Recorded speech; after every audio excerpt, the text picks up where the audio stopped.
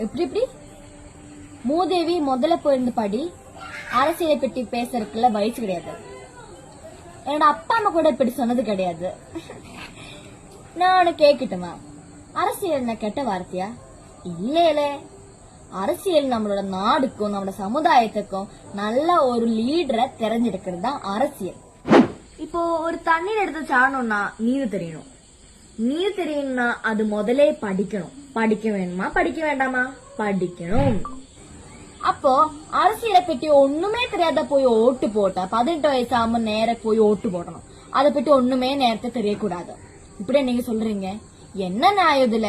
யாரு பக்கத்துல நாய் இருக்கு, யாரு பக்கத்துல நல்லவர் செய்யறாரு, நல்லது யாரு எல்லாம் கண்டுபிடிக்கிறதுக்கு நாம இப்பளே அது என்னன்னு அரசியல் என்னன்னு நம்ம படிக்கணும். இல்ல நம்ம ஸ்கூல்ல அப்படி எல்லா ஸ்தலத்திலையும் நரேந்திர மோடி குறிச்சு கேக்குறாங்க, அப்புறம் பினராயி விஜயன் குறிச்சு கேக்குறாங்க, நெஹ்ரு குறிச்சு கேக்குறாங்க, மகாத்மா காந்தி குறிச்சு கேக்குறாங்க.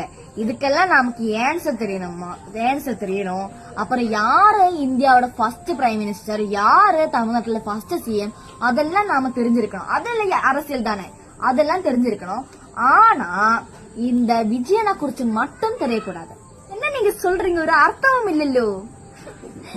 இல்ல நான் ஒண்ணு கேக்கட்டுமா? உங்களோட வீட்டுல எல்லாரும் நீங்க மூதேவின கூப்பிடுறீங்க. மூதேவி அந்த குழம்பு கொஞ்சம் ஊத்திட்டா, மூதேவி நான் போறேன், நான் சினிமாக்கு போறேன், நான் அங்க போறேன், இங்க போறேன், மூதேவி டாட்டா அப்படியே நீங்க சொல்றீங்க.